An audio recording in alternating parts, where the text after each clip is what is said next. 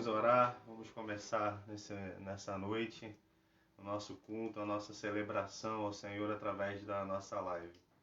Senhor Jesus, obrigado por essa noite, pela oportunidade que o Senhor nos dá de estarmos através da internet oferecendo, Senhor, um culto ligado aos nossos irmãos pela rede, pelo Facebook, mas também ligados ao Teu trono da graça, porque não há lugar onde a Tua presença não esteja, Senhor. O salmista disse, se eu fizer a minha cama no mais profundo abismo, lá Tu estás. Se eu fizer a minha cama no mais alto céu, lá Tu estás. Não há para onde fugir da Tua presença está em todo lugar.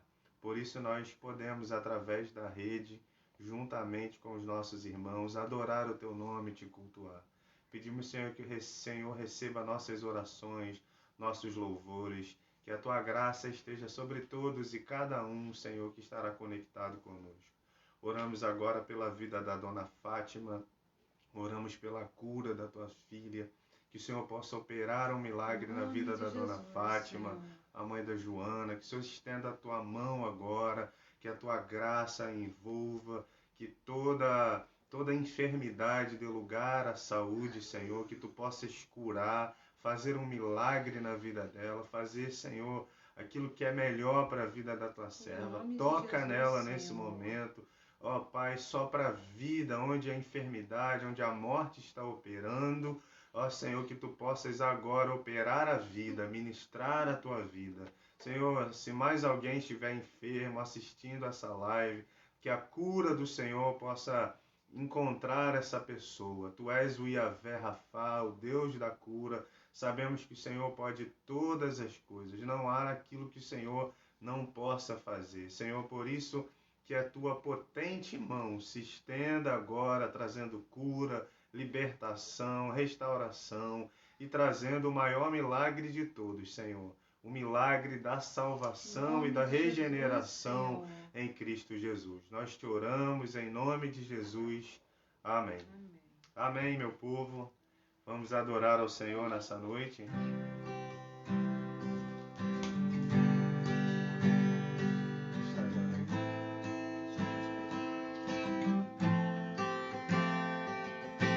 Tu que estás além do que eu possa imaginar, tu que estás além das minhas vontades, do meu querer, leva-me além.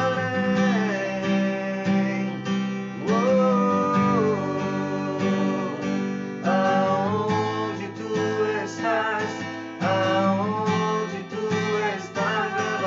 além. Aonde Tu estás, tu que estás além do que eu possa imaginar, tu que estás além das minhas vontades, do meu querer, leva-me além.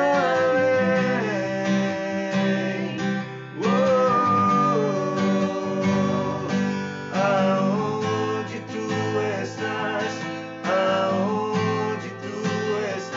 leva-me além.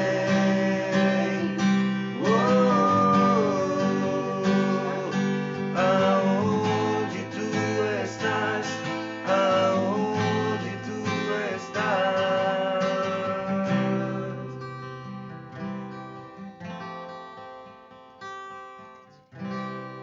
Amém, Senhor.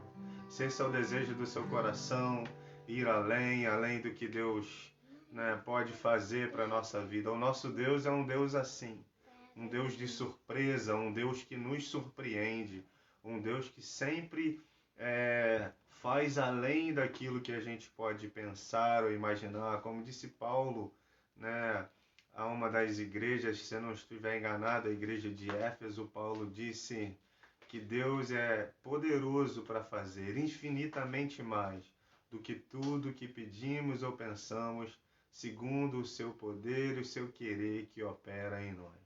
E nessa noite o meu desejo, a minha oração é que o querer e o poder de Deus possa operar em tua vida, em minha vida, para a glória de Cristo Jesus. Que Deus possa nos surpreender nessa noite de forma especial, tá bom?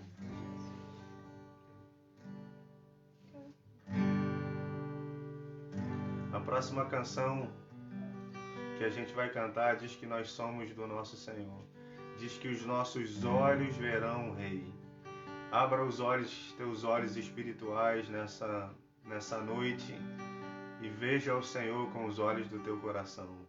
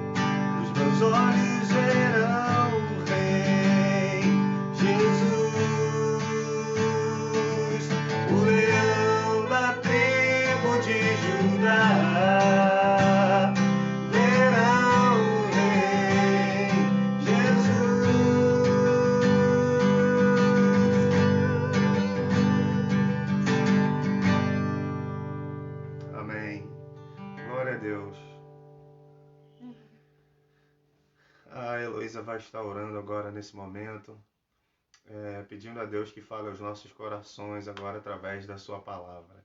Amém.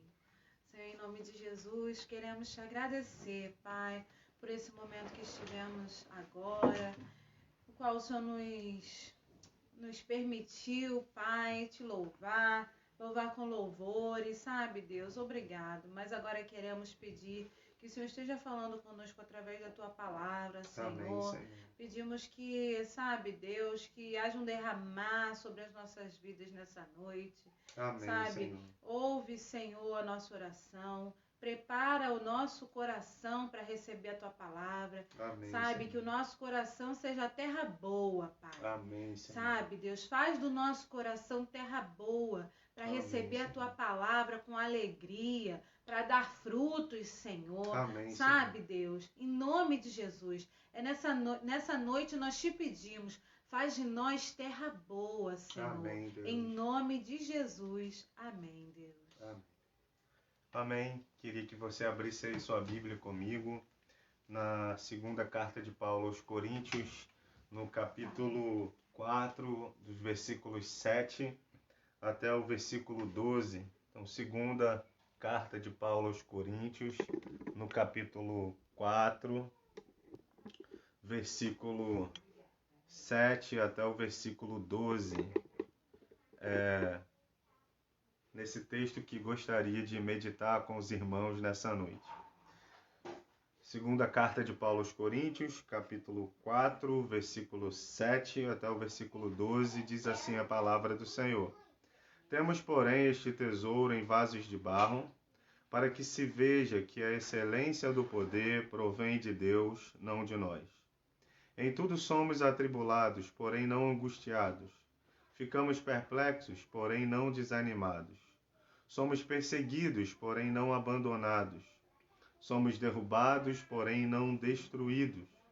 Levamos sempre no corpo o morrer de Jesus, para que também a vida dele se manifeste em nosso corpo. Porque nós que vivemos somos sempre entregues à morte por causa de Jesus, para que também a vida de Jesus se manifeste em nossa carne mortal. De modo que em nós opera a morte, em vocês a vida. Amém.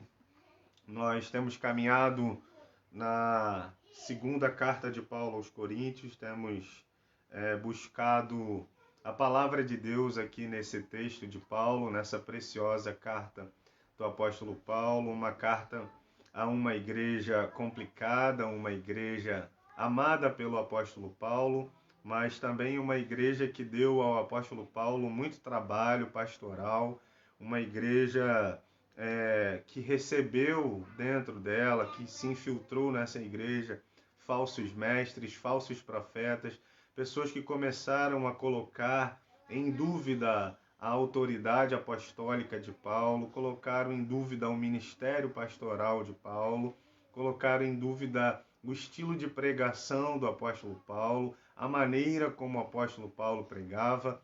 Uma igreja complicada, uma igreja comum, né? Como toda outra igreja. E é interessante que eu já ouvi muitas vezes se dizer o seguinte: nós precisamos voltar a ser como a igreja primitiva. Então, a igreja de Corinto é uma igreja primitiva, é uma igreja ali dos tempos primórdios. Então, não compreendo muito bem quando se diz precisamos voltar a ser uma igreja primitiva.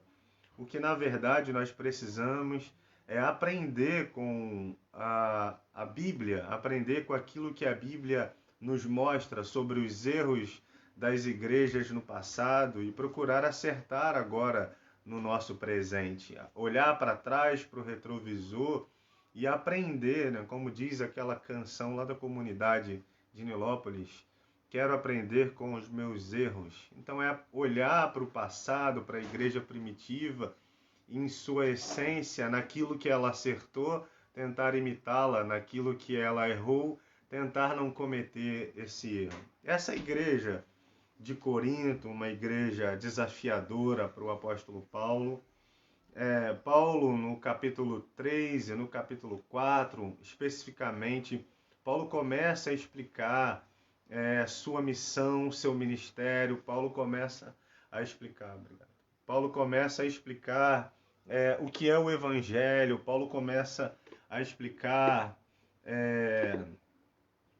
a importância do Evangelho. Paulo começa ali nesses capítulos 3 e 4, né, a aprofundar, a fazer uma distinção entre a aliança da lei e a aliança da graça. Paulo começa a mostrar esse contraste e Paulo começa a ensinar essa igreja, né, os rudimentos da fé, a base da nossa fé, que é o Evangelho da graça de Deus.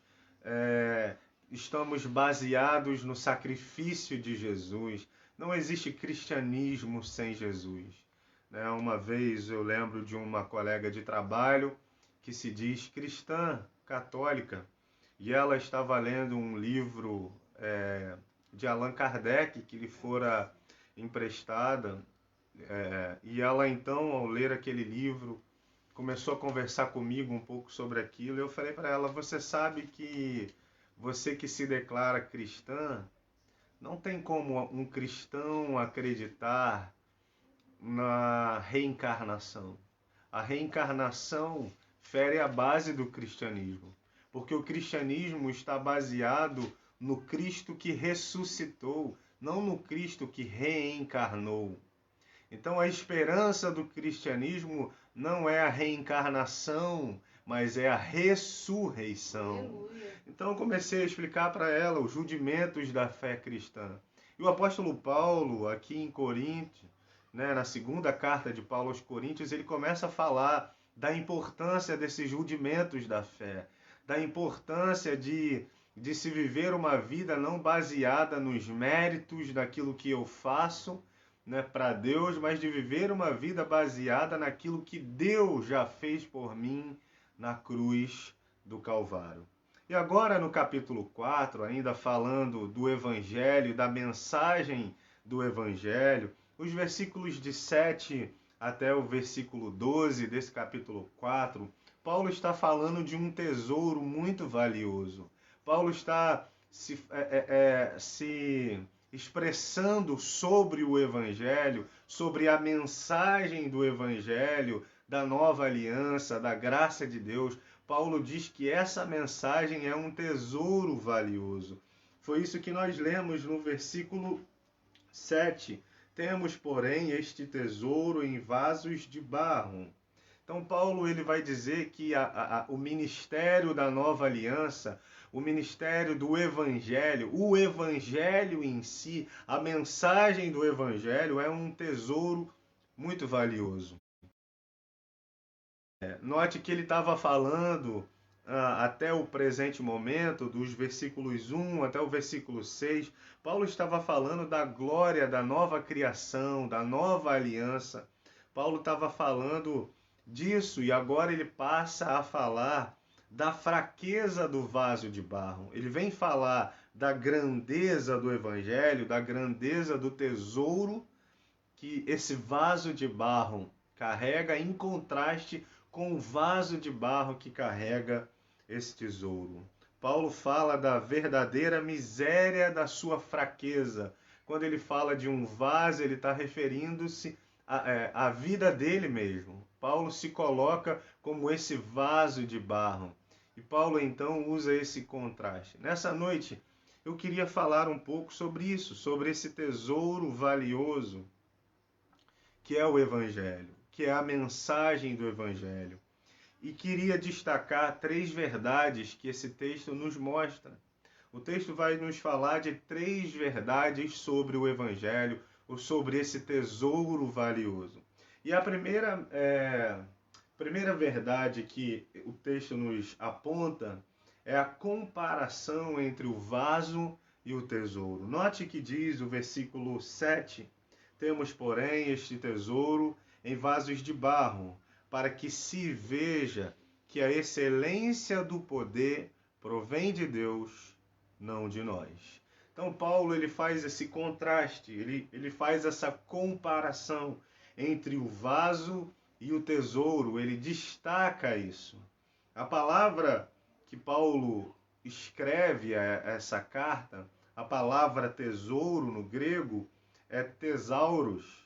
E essa palavra tesauros refere-se àquilo que é valioso e muito caro. Enquanto que a palavra vaso, no grego, que é ostrakinos, fala da cerâmica, fala daquilo que é feito de barro. Os vasos de barro naquela época, eles eram artigos comuns, encontrados em todos os lares, meus irmãos, ali naquele período no Oriente Médio. Eles eram vasos baratos e quebravam-se com muita facilidade. Diferente dos vasos metálicos, né, dos vasos de metais, que podiam ser consertados, ou dos vasos de vidros, que podiam ser derretidos, e o material desse vaso de vidro podia ser reaproveitado. O vaso de barro, uma vez quebrado, ele tinha que ser atirado no lixo, ele era jogado fora. Portanto, eram de baixo custo e de baixo valor. Então, o vaso de barro, ele não custava nada, quase nada. Ele era um valor assim, muito pequeno diante do vaso de vidro e diante do vaso de metal. E Paulo, ele faz essa comparação da vida dele, da vida dos ministros do evangelho, da vida do cristão, daquele que carrega em si um tesouro. Eu e você somos vasos de barros que carregam tesouros dentro de si, um tesouro valiosíssimo, que é o evangelho de Deus. Paulo, ele usa esse contraste entre o vaso e o tesouro. Talvez Paulo tivesse em mente as pequenas lamparinas que tinham naquela época, que eram feitas também de barro. Elas eram também feitas para colocar o azeite, e adquiridas por poucas moedas. Em qualquer bazar se achava uma lamparina daquela ali. Se isso é o que Paulo tem em mente, a luz do Evangelho é o tesouro, e ele e os apóstolos, e nós os cristãos, somos os vasos de barro. A fraqueza do vaso ressalta a excelência do poder de Deus. Note que o apóstolo Paulo diz, ele termina o versículo 7 dizendo isso. Temos, porém, este tesouro em vaso de barro, para que se veja que a excelência do poder provém de Deus e não de nós. Paulo diz que a vida dele é como um vaso de barro. Em contraste, em comparação com o Evangelho, em comparação com a beleza do Evangelho de Jesus, Paulo, comparando sua vida com a vida do Evangelho que lhe é dada, a mensagem do Evangelho que lhe é dada, Paulo, ele declara que a sua vida é como esse vaso de barro, um vaso sem valor, em comparação com o evangelho que foi depositado dentro da vida dele. E aí o texto termina dizendo que a fraqueza desse vaso, porque o vaso é tão frágil, pequeno, sem valor, mas o evangelho que está dentro dele, o tesouro que esse vaso carrega, é tão valioso. Isso para quê? Para que a glória seja de Deus, para que Deus seja exaltado na vida dos seus vasos. Eu lembro uma vez que numa viagem missionária que eu fiz, era uma viagem do seminário, e na época eu ainda não era nem seminarista. Eu tinha feito um curso no seminário de pedagogia cristã, e era um curso de 1 ano, e aí o curso acabou, e eu ainda demorei 1 ano para voltar a estudar e fazer o bacharel em teologia. Então, nesse período, eu ainda não era seminarista, e o seminário fez uma viagem missionária, e a professora de missões era membro da nossa igreja lá em Vila Nova, a missionária Esther, e ela então nos convidou e nós fomos nessa viagem. E eu lembro que nessa viagem a missionária Esther me deu a honra de pregar, escolher o dia que eu ia pregar e escolher a outra pessoa que ia pregar. Estava cheio de seminarista lá, cheio de estudante de teologia, e ela escolhe a mim para ser o pregador e indicar o segundo pregador. Um pregaria no sábado, o outro no domingo. E aí eu indiquei quem ia pregar no sábado e eu pregaria no domingo. Eu lembro que naquela cidade, em Mauá, nós corremos por toda a cidade ali fazendo ação social e evangelização. Eu trabalhei na área da evangelização. E eu lembro que eu fui escalado para pregar no domingo, Eu me escalei para pregar no domingo. E aí eu convidei até uns vizinhos ali da igreja e tal. E preguei naquele dia, eu falei sobre o Evangelho. Eu lembro até que eu preguei sobre João 3,16. Foi uma mensagem evangelística. E quando eu acabei a mensagem, que eu convidei as pessoas, algumas pessoas vieram e entregaram sua vida a Jesus. Naquela noite houve salvação, houve regeneração, para a glória de Jesus. E eu lembro que foi uma choradeira naquele culto, uma alegria, e quando o culto acabou, as senhoras daquela igreja me abraçaram, um missionário daquela igreja, missionário Arlindo, me abraçou, sua família, todo mundo do seminário. Caramba, rapaz, que palavra abençoada, que bênção, aquela coisa toda. E eu lembro que estava até ali um antigo professor meu de escola bíblica dominical, irmão Lisânias. Ele chorava, me abraçava e dizia: rapaz, você se tornou um homem de Deus, eu vi você uma criança. E aquela coisa toda. E eu lembro que aquilo foi inflando o meu ego. Aquilo foi inflando o meu ego, inflando o meu ego. E desculpe a falta de ética, mas o culto acabou, eu tinha ido ao banheiro. E quando eu estava no banheiro, porque eu bebi muita água na pregação, então fui esvaziar a bexiga. Minha esposa disse que é normal, que eu bebo muita água enquanto prego. E aí eu estava no banheiro e eu estava inflado, me sentindo, cara, o melhor pregador do mundo. Coitado de mim. Me sentindo o melhor pregador do mundo. E aí eu ouvi uma voz bem no meu coração que dizia: você está pensando o quê?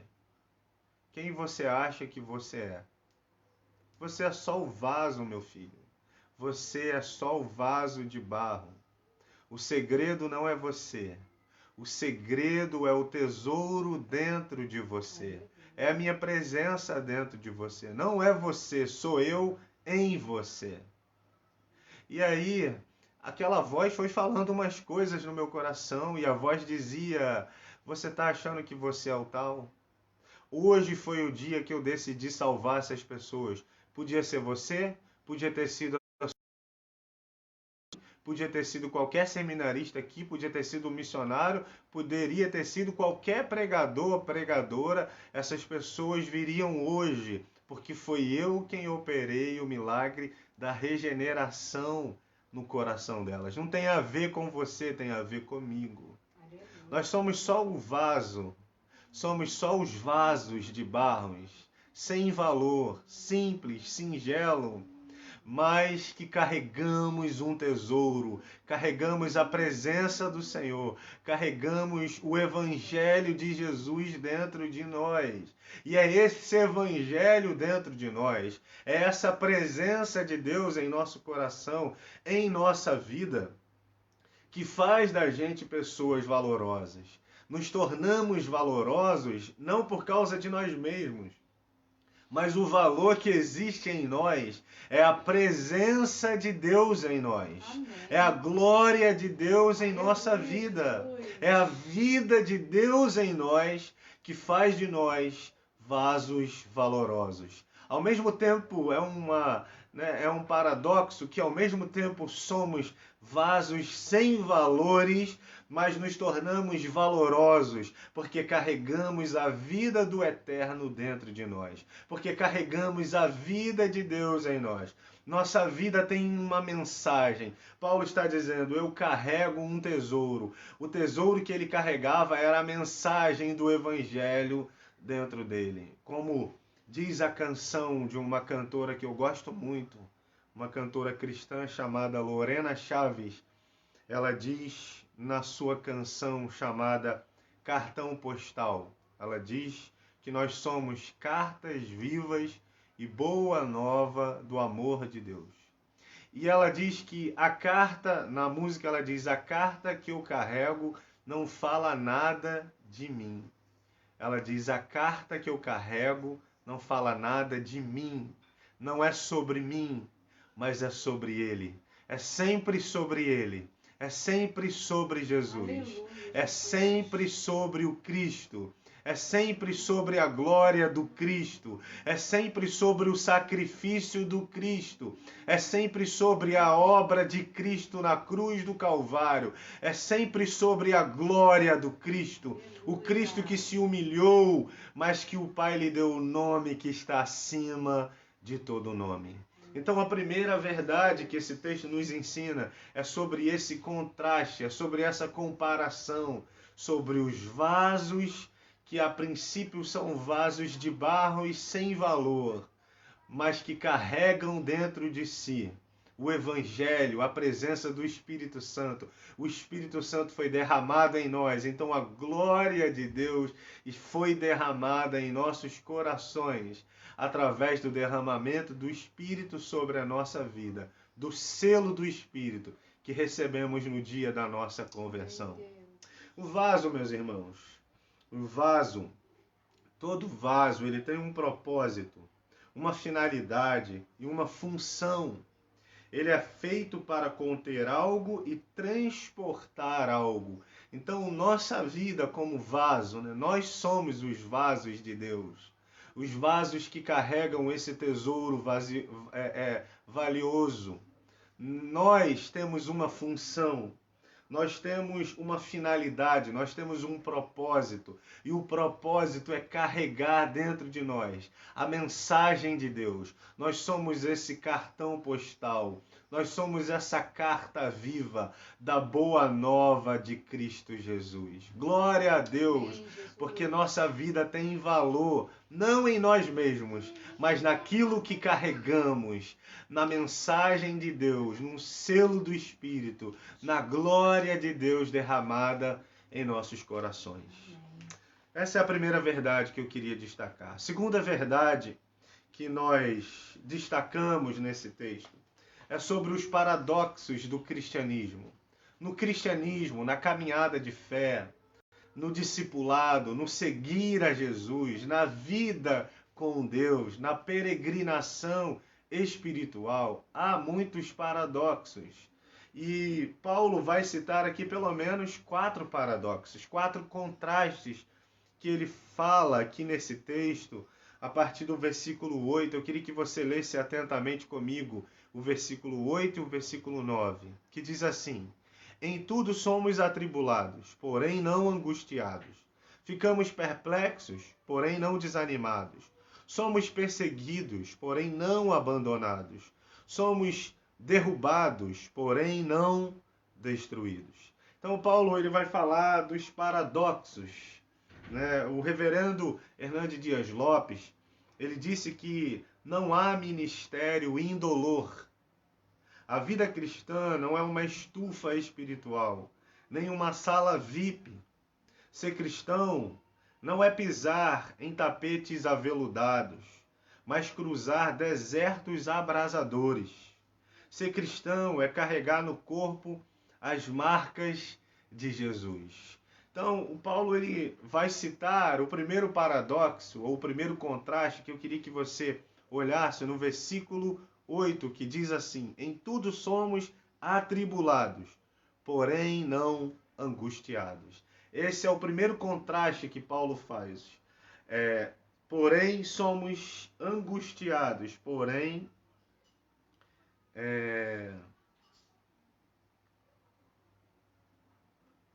melhor dizendo, em tudo somos atribulados, porém não angustiados.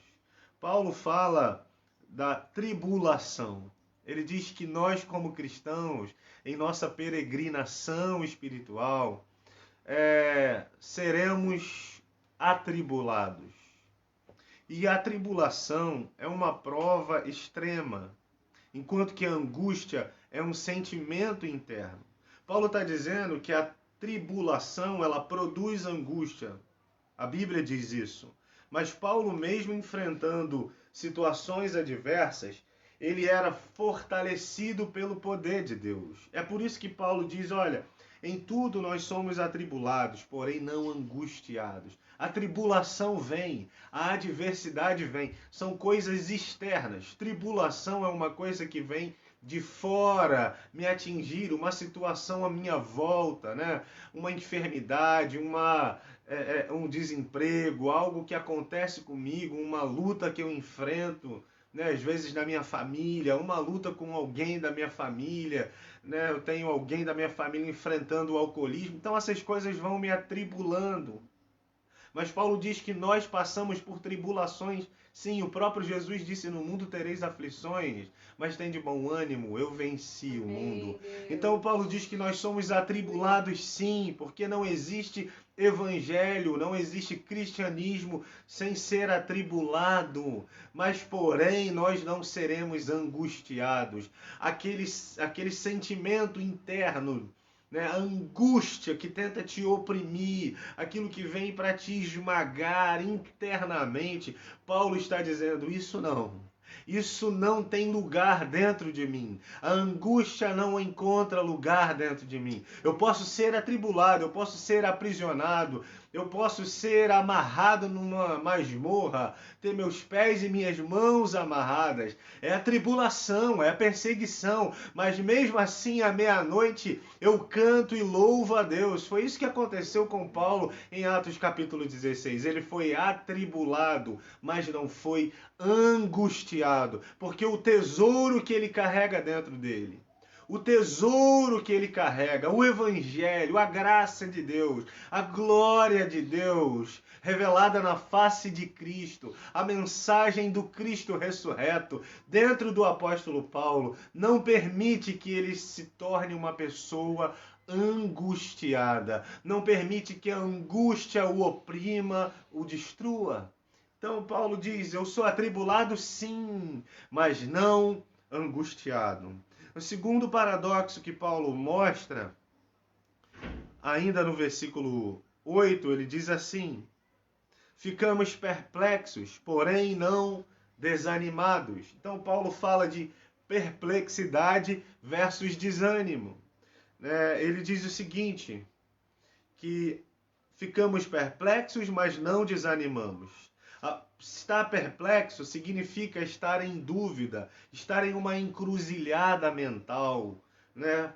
Paulo diz isso, que ele pode até ficar perplexo, pode até ficar em dúvida entre, dois caminhos, às vezes, em algumas encruzilhadas, ou melhor dizendo, em um beco sem saída.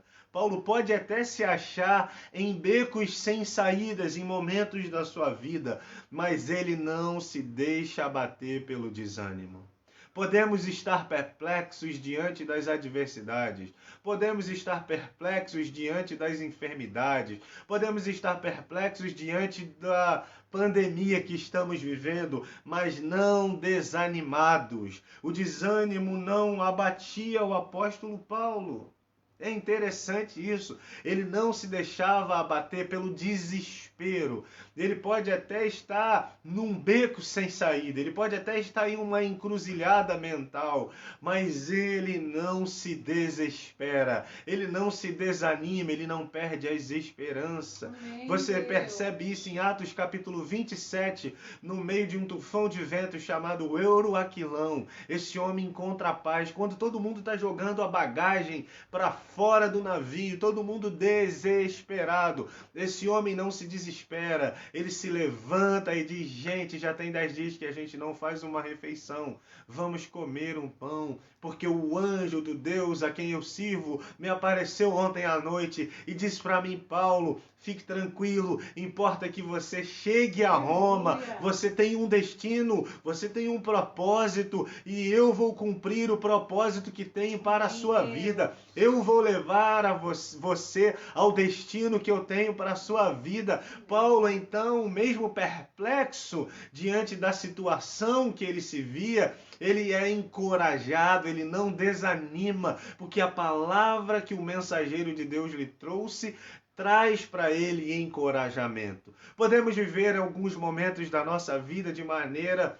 em que nos encontramos perplexos, irmãos. Nos encontramos em becos sem saídas, nos encontramos em encruzilhadas, com dúvidas na nossa alma, mas não desesperançosos, não desanimados. Se nessa noite você está desanimado, busque ouvir o mensageiro do Senhor, porque quando a adversidade nos sobrevém, quando as tempestades sobrevêm ao nosso barco, Deus envia anjos no nosso barco, Deus envia mensageiros ao nosso barco para nos dizer que ele tem um destino, que ele tem um propósito, que ele tem uma finalidade para a nossa vida e que nós iremos cumprir o propósito que ele tem para nós. Por isso, nessa noite, se você está desanimado, se levante, receba a esperança, que a palavra de Deus te levante nessa noite. Levanta e anda, toma o teu leito e anda, em nome de Jesus. Se levanta do desânimo, se levanta da perplexidade, se levanta da tristeza, se levanta da opressão, da depressão, se levanta de tudo aquilo que te oprime, te deprime, se levanta em nome de Jesus, que a mensagem, que a palavra glória do Eterno te encontre, te pegue pela mão e te ponha de pé, em nome de Jesus. O terceiro contraste que o apóstolo Paulo faz, ou o terceiro paradoxo que ele nos mostra, é no versículo 9, ele diz: somos perseguidos, porém não abandonados. Paulo fala das perseguições que ele, como cristão, sofreu. E a palavra perseguido aqui traz a ideia de perseguir e caçar como a um animal. Então Paulo, ele se sentia muitas vezes como um animal acuado, caçado. Desculpe, um animal que é caçado, um animal que está encurralado, que ele não tem para onde fugir e o caçador está prestes a lançar uma flecha contra ele e a pegá-lo. Paulo diz que ele se sentia assim, perseguido por muitas vezes. Ele foi perseguido pelos judeus.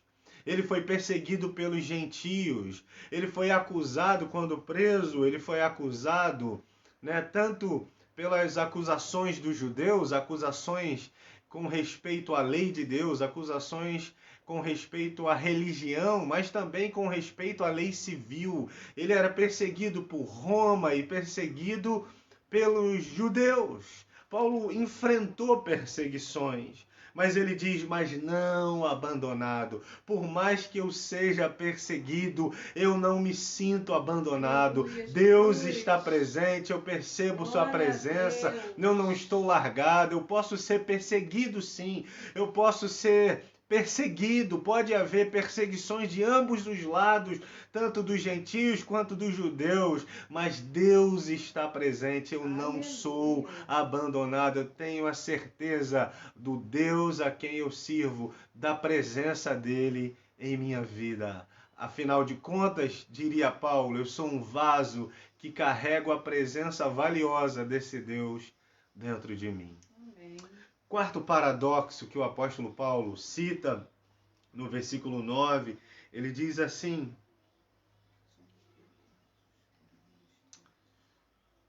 somos derrubados, porém não destruídos. Esse é o quarto paradoxo que ele diz. Podemos ser derrubados, mas não destruídos. Paulo, ou então, sua versão pode dizer abatidos, Somos abatidos ou não, e não destruídos. A palavra que Paulo usa no grego tem o sentido para abatido ou para derrubado, tem o sentido de lançar abaixo, de derrubar violentamente. Por muitas vezes Paulo se sentiu assim, abatido, se sentiu derrubado, se sentiu lá embaixo, violentamente, pelos adversários do Evangelho, pelas perseguições, pelas prisões, pelas chicotadas que esse homem levou ao pregar o Evangelho, pelas adversidades da vida. Por muitas vezes Paulo se sentiu derrubado, mas todas as vezes que Paulo se sentiu derrubado, ele não se sentiu destruído. Em outras palavras, Paulo está dizendo, podemos ser derrubados, podemos ser parados, podemos estar paralisados por um momento, mas isso não é o ponto final na nossa vida. Aleluia, podemos ser Deus. derrubados, podemos cair, podemos tirar os olhos de Jesus, como o apóstolo Pedro, e afundar. Podemos estar andando sobre as águas e de repente tirar o nosso olhar de Jesus e olhar para as impossibilidades, olhar para o mar, olhar para a tempestade em alto mar e afundar. Podemos sim ser derrubados, mas não destruídos. Não é o nosso fim. Paulo está dizendo que por mais que a gente se sinta às vezes abatido ou derrubados, não é o ponto final. Não são as adversidades da vida que colocam um ponto final. Não.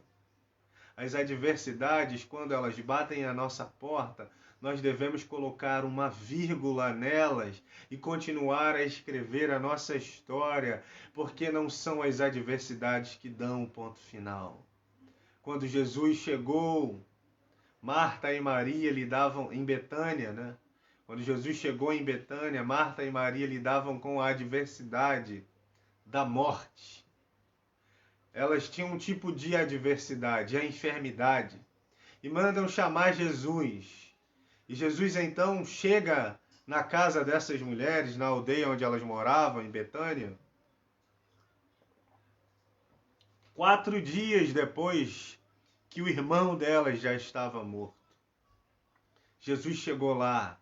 Você vê isso lá em João capítulo 11. Jesus disse: essa enfermidade é para a glória de Deus. Amém. Não é para a morte, é para a glória de Deus. A enfermidade não colocou um ponto final na vida de Lázaro. Jesus chega lá e diz assim: Lázaro, vai ao túmulo, e diz: Lázaro, vem para fora. Jesus estava dizendo: não é a enfermidade, não é essa adversidade chamada enfermidade que vai colocar um ponto final na história de Lázaro e na história dessa família. Então Jesus chama Lázaro e diz: vem, Lázaro. E Lázaro sai e ele diz: desatai-o, deixa esse homem livre, deixa esse homem ir. É Jesus quem coloca o ponto final na nossa história. Não são as adversidades, né? Podemos nos sentir ali caídos, podemos nos sentir abatidos, mas não é o nosso final. Não é o nosso final. Nós nos sentimos abatidos, mas não destruídos. Não é o nosso fim. Não é o nosso fim. É como Jó, que olha em sua volta. Tinha chorado a morte dos seus 10 filhos.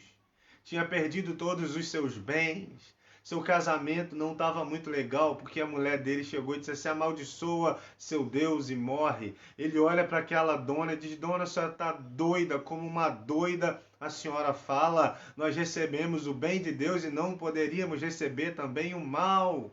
Então a senhora está doida. Esse mesmo Jó, que começa a agora não apenas chorar a morte dos seus filhos, e não apenas a se lamentar pela sua perda financeira, mas perde a sua saúde, seu corpo é tomado de chagas, começa a se coçar com telha, coloca cinzas no seu corpo. Aquele homem, coitado, ele estava com feridas da cabeça até a planta dos pés. Não havia um lugar no corpo daquele homem que não tinha uma ferida, uma chaga. Mas esse homem, ali na miséria, ele diz: eu sei que o meu Redentor vive e que por fim se levantará em meu favor. Jó estava dizendo: eu posso estar abatido, eu posso estar derrubado, mas não é o meu fim. Eu não estou destruído. Eu posso estar abatido, mas não estou destruído. Paulo, ele chama a nossa atenção para isso. Paulo diz que no Evangelho, na caminhada com Deus, nos enfrentamentos, nas adversidades, nas perseguições, nas tribulações, podemos ser levados ao abatimento, a nos sentirmos caídos, derrubados, mas não destruídos,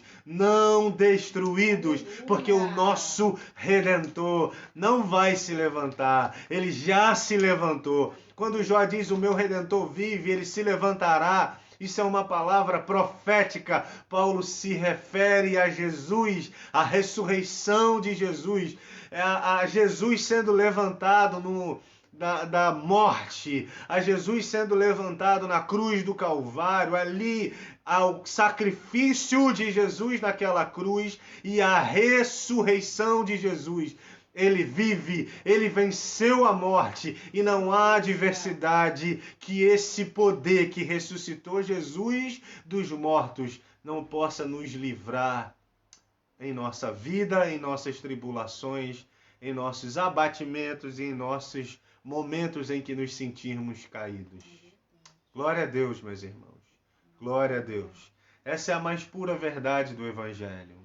A glória de Deus em nós, o poder de Deus em nós, nos capacita, nos fortalece, para que por mais que a gente se sinta abatido,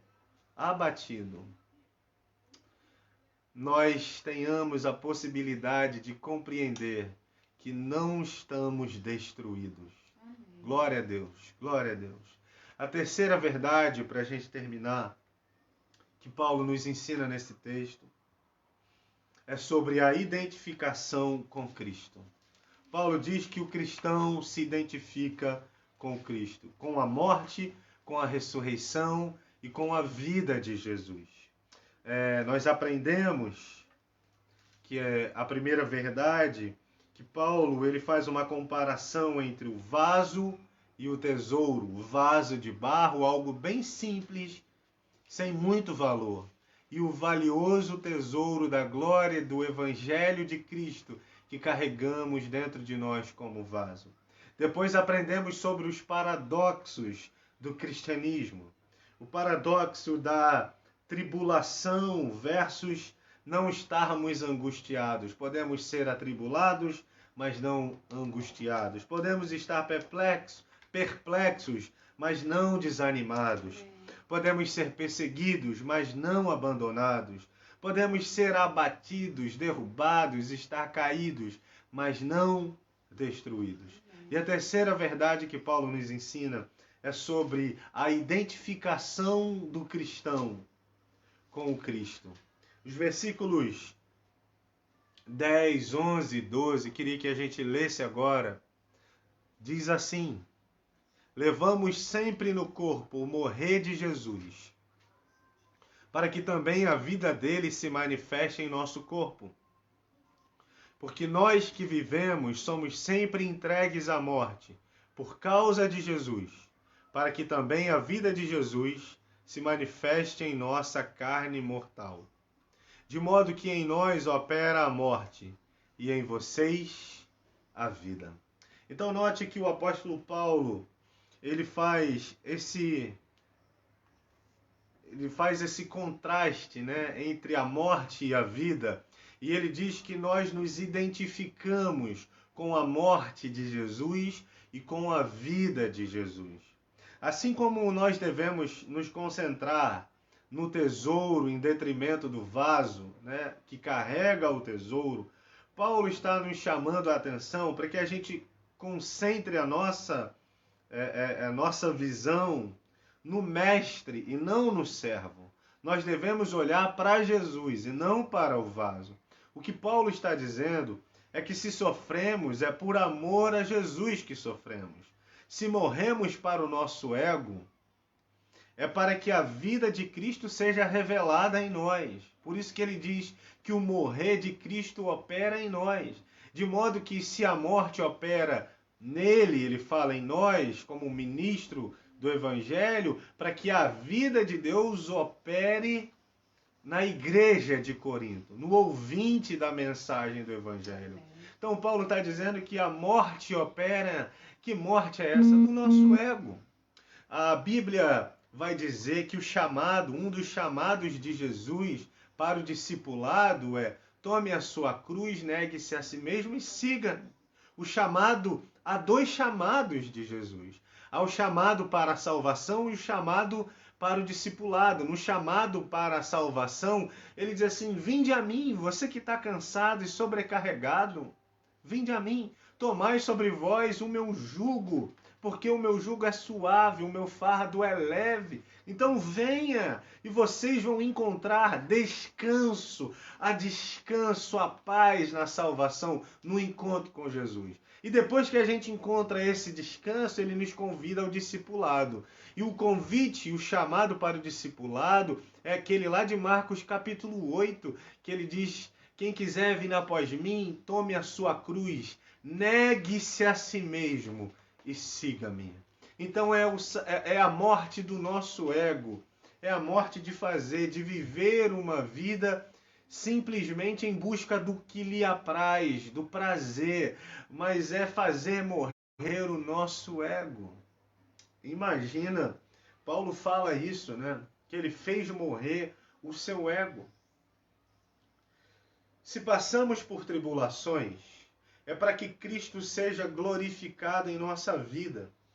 Ao servir a Cristo, a morte opera em nós, mas a vida opera naqueles para os quais nós ministramos. Eu lembrei, pensando nisso aqui, num missionário, o irmão André. O irmão André é o fundador da missão Portas Abertas. Eu lembro uma vez de ver uma palestra do irmão André e depois dessa palestra houve aquele momento de perguntas e respostas. E aí o irmão André, ele estava falando da sua vida, de como ele arriscava a sua vida, né? Ele atravessava fronteiras com carros cheios de Bíblia. Ele até, acho que tem um livro sobre a vida do irmão André, é o testemunho do irmão André. O nome desse livro é O Contrabandista de Deus, de como ele levava a Bíblia, né, que não podia entrar em determinados países, principalmente nos países da chamada janela 1040. Então esse homem de Deus, ele abriu mão de muitas coisas em sua vida para poder pregar o evangelho e levar a mensagem de salvação a muitas pessoas. E eu lembro que perguntaram sobre a família do irmão André nessa palestra que ele deu, na hora das perguntas, perguntaram sobre a família dele. E o irmão André, ele disse assim: eu não sou a melhor pessoa para falar sobre família, porque a maioria das vezes eu estou fora de casa. Eu então estou sacrificando momentos com a minha família para poder estar pregando o evangelho de Jesus. Eu estou às vezes matando o meu ego, porque eu queria estar em casa brincando com os meus filhos, queria estar vendo eles crescerem, mais tempo com eles, mas eu estou muito tempo fora de casa pregando o evangelho. Eu sacrifico o meu ego, eu sacrifico o meu querer, a minha vontade de querer estar em casa com eles, porque eu tenho um chamado missionário de levar o evangelho para os países onde é proibida a entrada do evangelho. E aí, uma segunda pergunta foi feita ao irmão André, e perguntaram assim: e onde estão os seus filhos agora, nesse momento? O irmão André disse: eles estão fazendo a mesma coisa que eu. Entregaram a sua vida, mataram o seu ego, sacrificaram o seu ego e entregaram tudo aos pés de Jesus. Eles também estão fazendo missões, estão saindo por aí, pregando o evangelho, sacrificando o seu ego. Como disse Jesus, irmãos, quem quiser vir após mim, tome a sua cruz, negue-se a si mesmo e siga-me. Não há facilidades no evangelho. No evangelho, por muitas vezes, vai ser requerido de nós sacrifícios. Vai ser requerido de nós sacrificar em muitos momentos.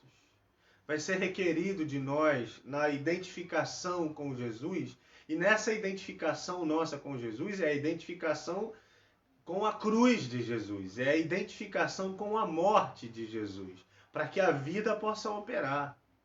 Então, eu falava do irmão André, quantas pessoas se converteram ao Evangelho, claro que pela obra do Espírito Santo na vida delas, mas tendo sido usado a vida do irmão André, que é esse vaso de barro que carrega o tesouro do Evangelho. Então, nele foi operada a morte, como disse Paulo, mas nos ouvintes do irmão André foi operado a vida.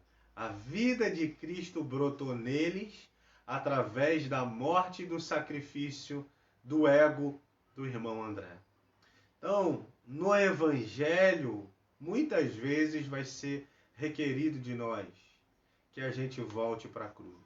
Lembrei também de um outro exemplo, e termino com esse exemplo, de um pastor, que eu ouvia ele pregar. Esse pastor pregou aqui na nossa congregação em Campo Grande, há muito tempo atrás, pastor da Igreja Batista, eu não lembro agora de qual lugar, mas é uma Igreja Batista aqui no Rio, e esse pastor, ele pregava, ele é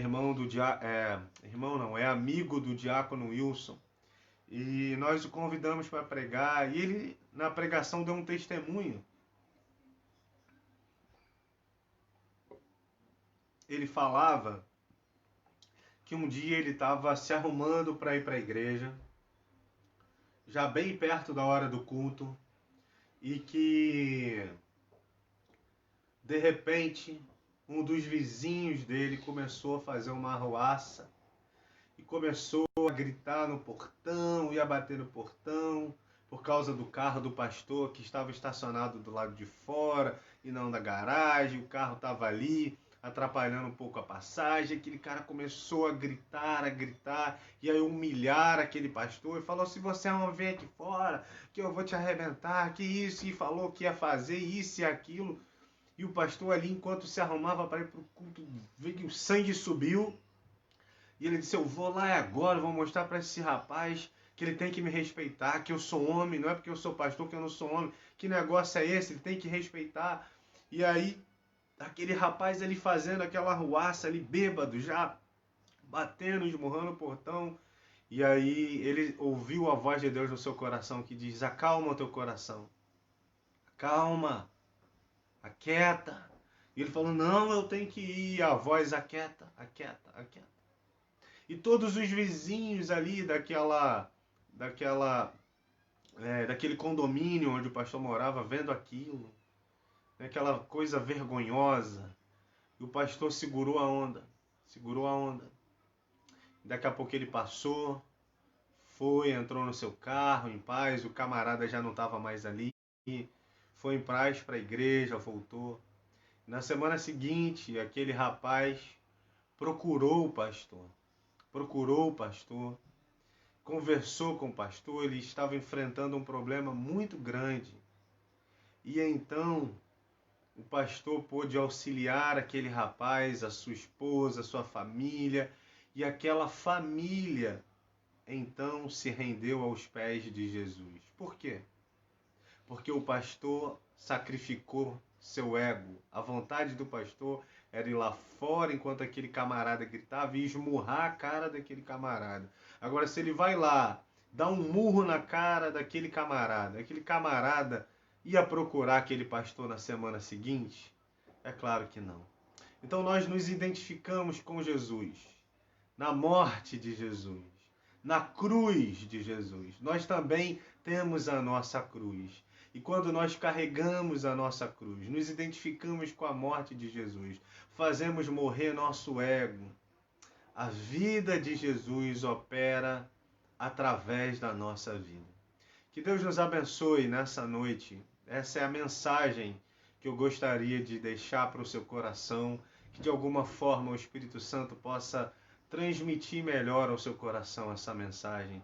Essas 3 verdades da palavra de Deus ao nosso coração. Queria que você gravasse isso e que ela possa edificar a sua vida.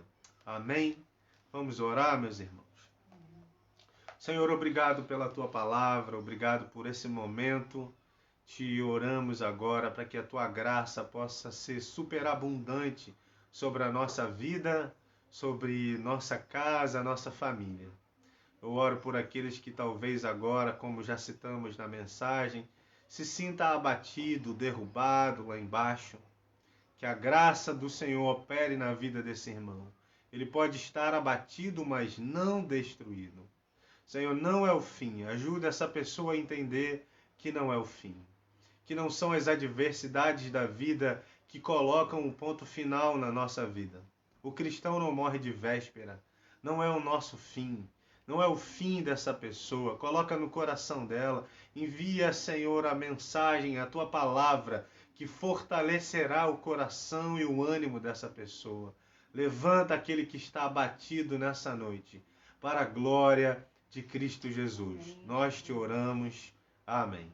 Amém. Que Deus abençoe sua vida, seu coração, sua família e todos os seus.